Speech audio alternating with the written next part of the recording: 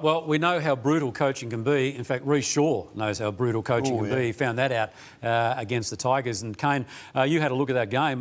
Where is North Melbourne at the moment?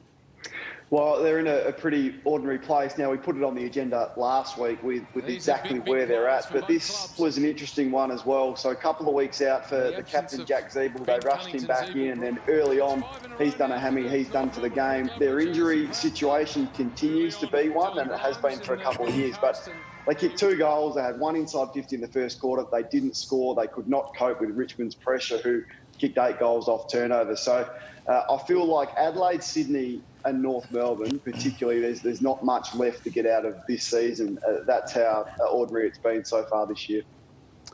They're making panic decisions too, aren't they? I mean, that Ziebell situation last night was the second time inside 3 weeks where a senior player has been chosen to play, medically past fit to play, and couldn't see out the first 15 minutes of a quarter. This is Ben Cunnington against the Western Bulldogs 3 weeks ago. So they're making panic decisions, rush decisions, and now 19 matches into Rhys Shaw's coaching career. And this is not directed at Rhys Shaw, but this club made a decision last year on Brad Scott. Well, it is directed at Rhys Shaw. No, because the club made the decision to remove Brad Scott, and I don't know what's changed as a result of it. The scoreline is now 9-10. It's almost academic as to that scoreline because Rhys Shaw doesn't have the support, TJ, that he does require at that football club. And the people making the decision haven't put up the resource and got I don't think there's a planning around what lies ahead for this club. The list is ageing, Lordo, isn't it? The skill level was appalling last night. That's what stood out to me, just how bad that was. Yeah. And 2 goals, 11.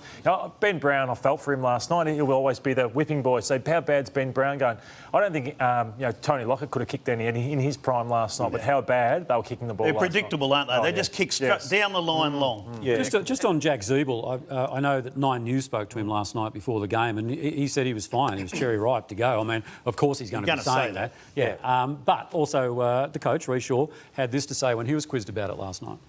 We were hoping to go into the game with fully fit side, and we did that, and then we didn't come out with one. So we're assessing all the time, and I thought we did a really good job after the Ben Cunnington incident, and I'll take responsibility for that, and I thought we learnt a lot from that, and we went forward, and I think the Jack scenario is a bit about luck, to be honest.